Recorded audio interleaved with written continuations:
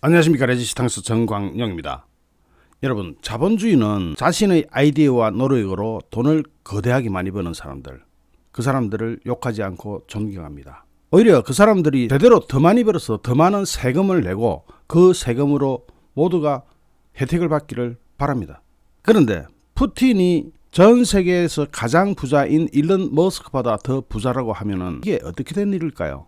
러시아는 가스와 석유, 석탄 등 에너지 사업으로 엄청난 돈을 벌어들입니다. 그것의 대부분이 누군가의 개인 호주머니 속으로 들어가 버린다면 이거 러시아 국민이 알면 그냥 가만 있을 수가 없죠. 지난 3월 18일 우크라이나 침공으로 인해서 국제사회의 제재가 러시아를 강타한 가운데 러시아는 경제 위기로 빠져들어갔습니다.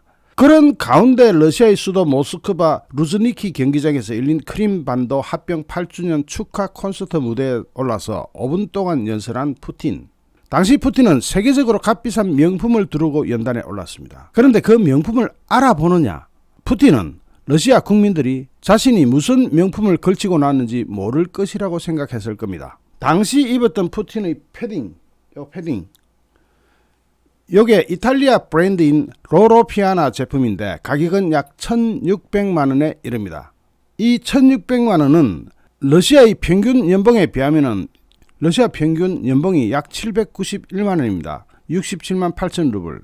이거에 비하면 약 25개월치 월급에 해당됩니다. 한 푼도 안 먹고 안 쓰고 했을 때 25달 월급을 모으면 이 패딩 하나를 살 수가 있습니다. 요 안에 입은 요 흰색 폴라티, 요거는 약 380만원짜리입니다. 폴라티 한 장이. 이게 32만 루블 상당의 키튼 제품으로 알려졌는데, 데일리메일은 러시아 국민들이 빈곤을 겪고 있을 때 푸틴은 1만 200파운드짜리 디자이너 재킷을 입고 모든 러시아인의 보편적 가치를 위해 싸우고 있다고 당당히 말했습니다. 이건 정신이 좀 이상할 수가 있습니다. 왜냐? 모든 러시아인의 보편적 가치를 위해 싸우고 있는데 자기는 보편적이지 않은, 전혀 보편과 다른 그런 생활을 즐기고 있다는 게 여기서 드러나는 거죠.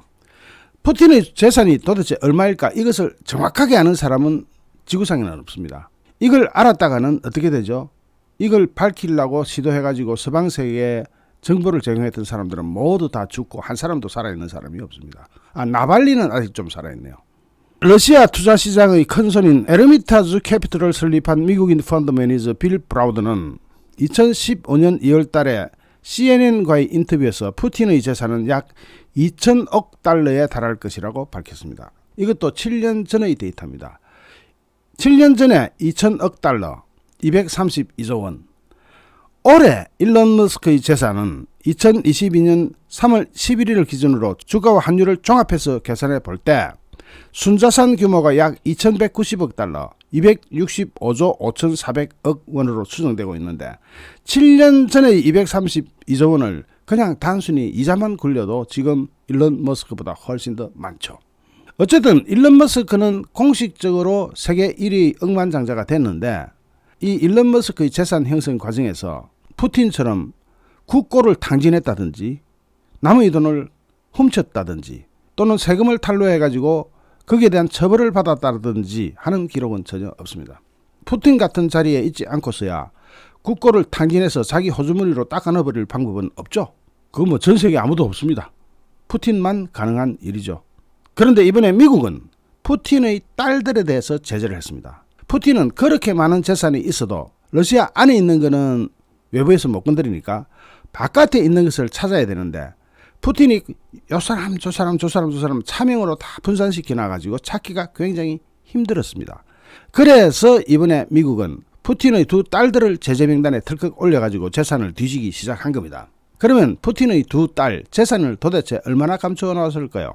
여기서 좀 아쉬운 것은 스위스에 숨어있는 푸틴의 정부 그리고 내 자녀, 여기에 대해서도 제재가 가해졌어야 되는데 이번에 그거는 또 쏙 뺐더라고요. 그런데 미국이 제재하는 방법이 뭡니까? 처음부터 왕창 다 때려넣지 않죠. 한 개씩 꺼내놓습니다. 왜냐? 전쟁을 끝내기 위한 수순이죠. 한꺼번에 다 때려놓으면 한 방 얻어 터지고 나서 그 다음에 전쟁 쳐가지고 끝까지 가보겠다 할 테니까 끝까지 푸틴이 전쟁을 그만둘 수밖에 없도록 계속 꺼내나갈 전략인 것 같습니다. 그래서 이번에는 스위스에 숨어있는 그 정부와 내 자녀에 대해서는 제재가 가해지지 않은 것 같은데 어쨌든 두 딸, 이 푸틴의 두 딸은 좀처럼 드러나지가 않습니다. 감추어져 있는 거죠. 몇몇 사진이 돌기는 합니다. 이 사진을 보면 여기 요 빨간 동그라미 안에 있는 사람이 푸틴의 전처 루드밀라 푸틴하고 요 왼쪽에 있는 요 여성이 첫째 딸 마리아의 사진입니다. 요거는 2007년 모스크바의 한 투표소에 들어서는 모습이 철컥 찍힌 건데 이거 가지고 모든 것을 짐작할 수는 없죠.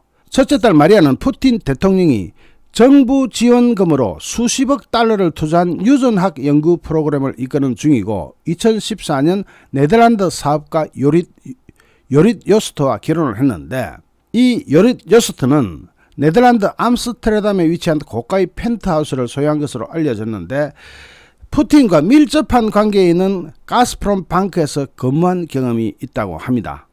이 부분 조금 이따가 다 뒤져보죠. 둘째 딸 카테리나는 약 17억 달러, 우리 돈으로 2조 718억 원 규모의 인공지능 기술 업체의 책임자로 2020년에 임명됐는데 이 업체는 러시아 정부와 방위산업에 기술을 제공하기도 하는데 이 업체가 바로 푸틴의 자금 세탁기 역할을 하는 것 아닌가 하는 의혹을 받고 있죠. 둘째 딸 카테리나는 러시아 은행의 공동 소유주인 니콜라이 샤말로프의 아들 키릴 샤말로프인데 이 러시아 은행 하면 바로 푸틴의 또 자금줄입니다. 지금 현재 이 카테리나 부부는 이혼을 했는데 이혼 전의 기업 주식 소유만 추산해도 약 20억 달러, 2조 4,374억 원에 달한다고 로이터 통신은 전합니다. 이제 이 부분을 포함해서 좀 더 디테일하게 한번 들어가 보겠습니다. 여기가 첫째 딸입니다. 상당한 미인이죠. 다른 사진을 보면 별로 미인이 아닌데 이 사진은 아주 잘 나온 사진입니다. 1985년생으로 현재 37세입니다. 상트페테르부르크에서 생물학, 모스크바 국립대에서 의학을 공부했는데 어린이 발달 장애와 관련한 책의 저술에도 참여합니다. 이 마리아가 2019년도 러시아 언론에 8천억 원 규모의 의료센터 설립 계획도 공개했습니다. 지가 무슨 돈이 있어서? 아버지가 푸틴이라는 것 말고는 단순한 소아과 의사 정도가 그런 돈이 어디가 있습니까? 로이터 통신과 영국 가디언지 등에 따르면 푸틴의 장녀인 마리아는 의료 서비스 분야 전문 러시아 투자회사인 노멘코를 공동 운영하고 있었는데 마리아는 크레믈린 궁으로부터 수십억 달러, 우리 돈으로 수조 원을 지원받은 정부 유전학 프로그램을 이끌고 있었는데 이 프로그램은 푸틴이 개인적으로 직접 관리하고 있다고 미국 재무부가 밝혔습니다. 라고 로이터 통신과 가디언지 등등등이 막 보도를 했습니다. 자, 이걸 보면은 수조 원의 지원을 받은 정부 프로그램인데 이것 역시도 연구를 위한 것도 일부 있겠죠. 그런데 이 연구 실적이 별로 드러난 게 없습니다. 그러면 이 돈은 누군가가 꿀꺽했거나 누군가가 주머니에 톨톨 털어 넣었다는 이야기가 되죠. 그리고 이 첫째 딸 마리아의 남편 요리스 요스트 파세는 네덜란드 사업가였는데 푸틴의 주변 엘리트들과 밀접한 관계를 가지고 있는 가스프롬 방크에서 일한 바 있습니다. 이건 뭡니까? 가스프롬 방크는 러시아의 가스를 팔아먹는 데입니다. 이 돈은 바로 푸틴의 비자금 자금줄과 연관됐을 수 있다고 짐작할 수가 있겠죠. 2014년 요릿 요스트와 결혼을 했는데 이 부부는 네덜란드 암스테르담의 고가의 펜트하우스 아파트도 보유하고 있습니다. 이거는 바깥으로 들어가는 거라서 아파트 가격 따져봤자 무의미해요. 몇백 조 이러는데 아파트 그 몇억 몇백억 하는 이런 걸로는 간에 안 차죠. 또 2014년 7월 달에 암스테르담에서 말레이시아의 쿠알라룸푸르로 가던 여객기가 우크라이나 상공에서 친러 세력들한테 격추가 된 바 있었죠. 그때 이 첫째 딸 부부가 살고 있었던 펜트하우스 마을 주민들이 이 부부의 추방을 요구한 적도 있었습니다. 최근에는 이들 부부가 소유한 집 앞에 러시아의 우크라이나 침략에 항의하는 팻말이 세워졌는데 그 팻말에는 당신이 지금 살고 있는 이 평화로운 자유의 땅에서 불과 2000km도 채 안 떨어진 곳에 당신의 아버지가 자유로운 나라와 국민들을 모두 압살하고 있다고 적혀 있었습니다. 그러면서 당신 아버지는 만나기도 어렵고 또 그 사람의 행동은 그 사람에게 사형을 집행할 사형 집행인도 맡기 어려운 것 같다. 야, 표현력 참. 어쨌든 첫째 딸 마리아에 얽혀서 드러나고 있는 재산 상태는 적어도 수조 원을 지원받은 정부 유전학 프로그램 이쪽에 방점이 찍힐 것 같습니다. 아버지가 200~300조 원에 달하는 세계 최고의 갑부니까 그 정도 돈은 뭐 끔값 아니냐 할 수도 있겠죠. 특히 푸틴이 나이가 들어가면서 자기 재산을 누군가한테 물려주거나 분산 예치해 놔야 되겠다는 생각이 들 나이가 됐고, 그렇게 되면은 이 딸들의 재산을 탈탈 털어내는 것은 제재 중에서도 가장 효과 있는 제재가 될 수 있기 때문에 미국에서는 두 딸에 대해서 제재를 그런 것 같습니다. 또 언론에서는 두 딸이라고 하는데 실제로는 세 딸입니다. 스위스에 있는 정부의 세 자녀를 빼고도 또 다른 전체에서 태어난 다른 딸이 또 숨겨져 있죠. 그 부분 조금 이따 이야기하기로 하고, 둘째 딸입니다.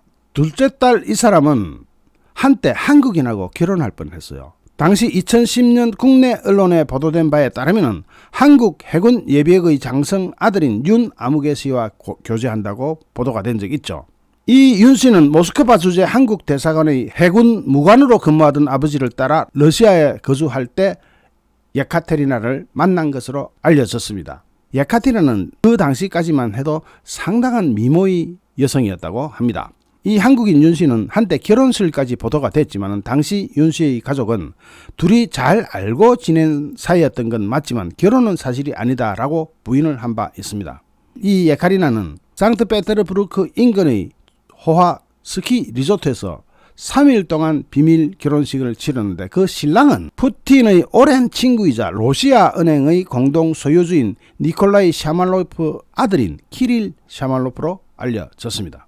로이터 통신이 2015년도에 조사한 바에 따르면 이들 부부는 프랑스 휴양지 미아리츠에 400만 파운드의 호화로운 해변 별장과 20억 달러 이상의 기업 주식을 가지고 있었을 것으로 추정되고 있었는데, 이 부부가 2018년도에 또 이혼을 해버립니다. 지난달에는 러시아의 우크라이나 침략에 항의하는 시대가 프랑스의 휴양 도시 비아리츠 해변에 있는 전 남편 샤말로프 소유의 고급 주택을 점거한 바 있죠. 그때 제가 그것을 재미나게 보도해드렸는데, 당시 시위대는 소셜미디어에 이 집은 푸틴과 러시아 마피아가 훔친 돈으로 산 것이라면서 우크라이나 난민을 위한 시설로 쓸 것을 제안했습니다. 그런데 이 주택은 전 남편 거예요. 지금 현재 예카리나는 독신으로 살아가고 있는 것 같은데, 어쨌든 예카리나는 모스크바 국립대학에서 이런저런 직책을 맡아서 일해 왔는데 2020년에 새로 설립된 인공지능 관련 연구소의 책임자로 임명됐습니다. 이 회사의 규모가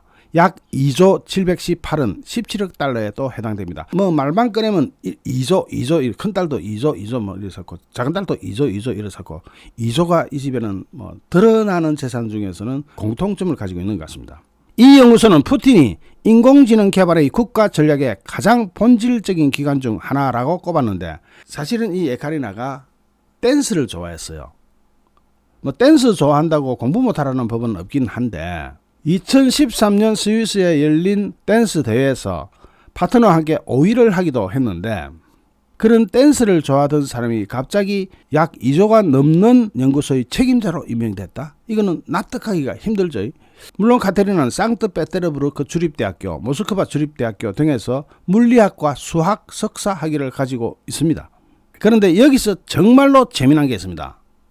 범죄 부패 탐사 전문 매체 OCCRP는 지난 2020년 카테리나의 남편 키릴이 결혼 4개월 만에 러시아 최대 석유화학 기업 사벌의 주식 3억 8천만 달러 약 4,100억 원어치를 단돈 100달러 약 11만원 정도에 사들였다는 의혹을 제기했는데, 여러분 4,100억 원어치의 주식을 11만원에 살 수 있다면 성남의 대장동 정도는 막 끔값이네요. 대장동을 점점 먹을 수 있는 어마어마한 능력. 키릴은 나중에 이 자산을 불립니다. 20억 달러 넘게 불리갖고 2016년 미국의 경제 전문지 포브스 억만장자의 리스트에 아시아의 최연소자로 이름을 올렸지만은 2018년 이후 억만장자의 리스트에서 빠졌습니다. 이때는 이혼하고 난 이혼이가 빠져야 되겠죠. 그러면 자기 딸내미 잘해주라고 사위한테 뭔가를 선물했다 하더라도 11만원 내놓고 4,100억 원어치의 주식을 꿀꺽 삼키도록 만든 그런 어마무시한 기회를 제공한 푸틴도 참 낯짝이 두껍기가 짜기가 없네요. 그 돈 역시 나중에 한 7배로 불어나가지고 또 역시 2조 원을 넘기도록 만들어 놓는 이 기가 막힌 재테크 수법. 성남에 갈 필요가 없어요. 러시아로 가세요. 러시아로. 일단 푸틴은 최소 2,300조 이상의 재산을 가지고 있으니까 자기 사위한테 뭐 4,100억 원 정도야 막 껌 중에 껌 해가지고 그냥 선물할 수도 있긴 있겠죠. 이해가 안 되는 건 아니지만은 이 바람에 러시아 국민이 누려야 할 모든 것은 푸틴이 다 즐기고 쓰고 감추고 훔치고 있었던 겁니다. 또 러시아에서는 이 두 딸 말고도 푸틴한테 숨겨진 세 번째 딸이 있다는 소문이 무성하다고 영국 가디언지가 전했는데 이것도 재미납니다. 청소부입니다. 이번에는 푸틴이 오랫동안 내연 관계였던 청소부 출신인 여성 스베틀리나 크리보노기흐와의 사이에 딸 루지아를 낳았다는 겁니다. 이에 대해서 크레밀린은 사실이 아니라고 부인했습니다. 여지까지 크레밀린이 사실이 아니라고 부인하면 다 사실이었죠. 러시아 탐사보도 매체 프로젝트에 따르면 엘리자베타는 푸틴의 전처인 루드빌라와 이혼하기 전에 태어났다고 합니다. 그러면 바람을 핀 거네요. 2003년에 태어나가지고 그동안 가명으로 쭉 인생을 살아왔다고 합니다. 지금 요 아가씨인 것 같습니다. 뭐 사람이 전처도 있을 수 있고 뭐 다 있을 수 있죠. 그쪽으로 부정한 자금을 빼돌린 게 문제가 되는 거죠. 이 매체는 엘리자베타의 모친은 러시아 뱅크 주주사의 지분과 여러 부동산을 보유한 1억 달러의 자산가라고 말했습니다. 1억 달러 하면 1200억 잡고 뭐 1200억 정도는 뭐 푸틴의 200, 300 이런 조 단위의 재산에 비하면 그냥 용돈 집어준 거네요. 어쨌든 푸틴은 두 딸이 아니라 세 딸이라는 것. 그 다음에 31세 연하의 푸틴의 정부 카바예바. 이 카바예바의 나이는 이제 고작 38세입니다. 카바예바한테는 얼마만큼 재산이 어떻게 넘어가 있을까? 여기는 자녀가 넷입니다. 지금까지 푸틴의 세 딸을 볼 때 이 네 자녀한테는 훨씬 더 많은 금액이 정려, 상속 내지는 뒷돈 이런 걸로 넘어가 있을 수가 있겠죠. 지금 이 카바예바는 아직도 스위스에 머물고 있는 것으로 알려지고 있는데 이 부분은 왜 빨리 제재를 안 걸어 놓느냐 하고 말씀하시는 분이 많은데 스위스는 1차적으로 영세 중립국이고 요즘은 아주 서방편으로 돌아섰지만 그래도 명색은 영세 중립국이고 스위스가 직접 이 카바예바를 제재하는 것은 좀 힘이 들 수 있습니다. 그 미국도 카드를 한꺼번에 다 뿌려버리는 건 안 좋죠. 그래서 마지막 카드 또는 다음에 쓸 카드로 카바예바를 남겨두고 있는 것 아닌가 하는 생각이 듭니다. 이렇게 따지고 보면은 최소 푸틴의 두 딸에게 넘어가 있는 주식 비슷한 자금만 약 5조 원, 그 사위들한테 넘어간 게 또 한 몇 조, 이런 것을 다 털어내야 됩니다. 그것을 탈탈 털어서 푸틴의 숨통을 쪼는 그 두 딸들이 푸틴이 물려준 돈을 상속받은 것도 있겠지만은 푸틴이 계속 자금줄로 또는 자금 세탁줄로 이용하고 있다는 점을 부인할 수 없기 때문에 서방 세계는 푸틴의 두 딸의 재산을 탈탈 털어서 우리에게도 좀 알려주시기 바랍니다. 잠시 후 또 다른 주제로 여러분을 찾아뵙겠습니다. 시청해주신 여러분께 진심으로 감사드립니다. 여러분 고맙습니다.